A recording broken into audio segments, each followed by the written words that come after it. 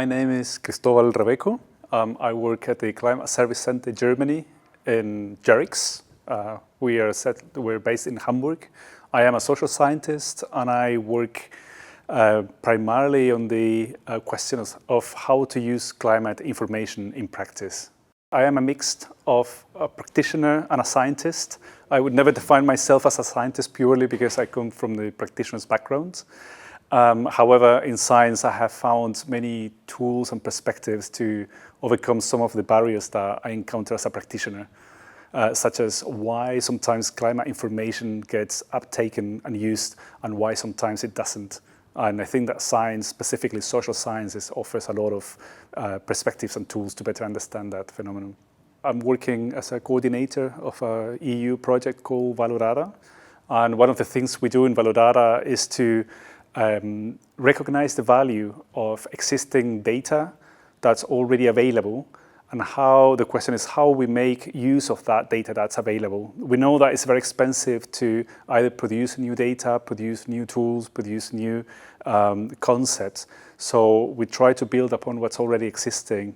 To give you an example, we focus a lot on the work with that municipalities do, so public sector municipalities. And the idea is to understand how is it that the data sets and the data that they manage on a daily basis can better support efforts such as characterizing climate risks. Any data set, for example, related to social vulnerability, land use data is super important for better understanding climate challenges locally. So it's all about really understanding how to make sense of that. We have to understand the extent of the challenge.